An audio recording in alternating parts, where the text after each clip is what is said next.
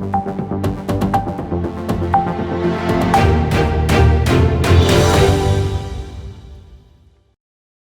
में इस साल विधानसभा चुनाव होने हैं। ऐसे में राजनीतिक हलचलें तेज हो गई हैं। इस कड़ी में केंद्रीय गृह मंत्री अमित शाह राज्य के दौरे पर हैं। रविवार को कोकराझार में उन्होंने विजय संकल्प समावेश रैली को संबोधित किया। इस मौके पर उन्होंने कहा कि बोडो शांति समझौते के साथ प्रधानमंत्री जी ने यह संदेश दिया है कि उत्तर पूर्व में जहां जहां अशांति है वहां बातचीत कीजिए और शांति का मार्ग प्रशस्त कीजिए।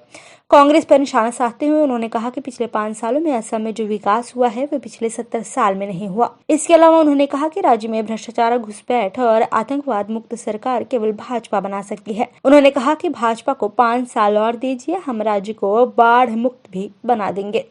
इस क्षेत्र में मैं कई बार आया हूँ, कई रैलियां की हैं, चुनाव में भी की है, पहले भी की है।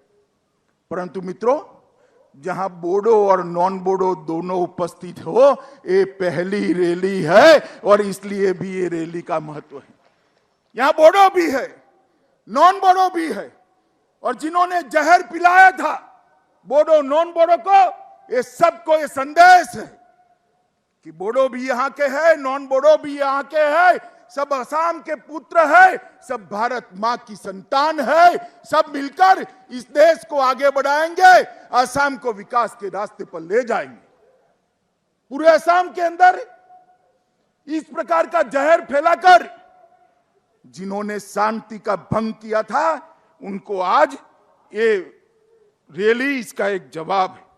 अमित शाह ने कहा कि बोडो भाषा को सम्मान देने का उन्होंने वादा किया था। असम सरकार ने राज्य की सहराज भाषा का दर्जा बोडो भाषा को देकर वर्षों पुरानी मांग पूरी कर दी है। बोडो माध्यम के स्कूल खोलने के लिए अलग निदेशालय स्थापित कर दिया गया है। शाह ने कहा कि भ्रष्टाचार मुक्त, घुसपैठिए मुक्त, आतंकवाद से मुक्त और प्रदूषण से मुक्त असम अगर बनाना है तो मोदी जी के नेतृत्व में भाजपा ही बना सकती है।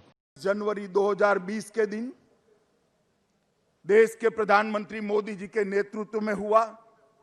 मुझे उसमें उपस्थित रहने का सौभाग्य मिला था और उस वक्त जो बातें हुई थी लिखित में और मौखिक में, आज आप सबके सामने इसका कमिटमेंट दोहराने आया हूं कि भारत सरकार वो सारे वादों को पूरा कर आपके विश्वास को पूरा करेगी।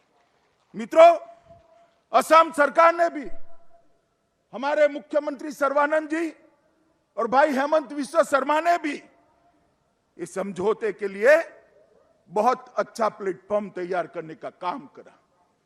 और मैं आज भी सभी लोगों को कहना चाहता हूं कि ये जो वादे किए गए हैं वो हमारे प्रधानमंत्री जी के पूर्वोत्तर के विकास के विजन के लिए इसका एक हिस्सा है और इसको पूरा करना हम सबका लक्ष्य है। मित्रों, प्रधानमंत्री जी ने न केवल असम, पूरे पूर्वोत्तर क्षेत्र के अंदर जो इंसर्जेंसी हुई उसको एक के बाद एक समाप्त करने की शुरुआत की है और इसका शुभारंभ ये बोडो शांति समझौते से हुआ है। इसके बाद ब्रू और रियांग के सेटलमेंट का प्रयास किया गया। 8 अलग अलग हथियारी ग्रुपों ने हमारे मुख्यमंत्री के सामने 700 लोगों ने हथियार डालकर शांति का रास्ता प्रशस्त किया और ये सारी प्रक्रिया विकास के रास्ते में हमें ले जाने वाली है, क्योंकि मोदी जी ने जो न्यू इंडिया की कल्पना की है, आत्मनिर्भर भारत की कल्पना की है, वो कल्पना न्यू बोडोलैंड और आत्मनिर्भर बोडो क्षेत्र के अलावे समाप्त नहीं हो सकती। शाह ने कांग्रेस पर निशाना साधते हुए कहा कि कांग्रेस पार्टी वर्षों तक असम को रक्त रंजित करती रही, अलग अलग आंदोलन कराती रही। पिछले 5 साल में असम में जो विकास हुआ वह पिछले 70 साल में नहीं हुआ।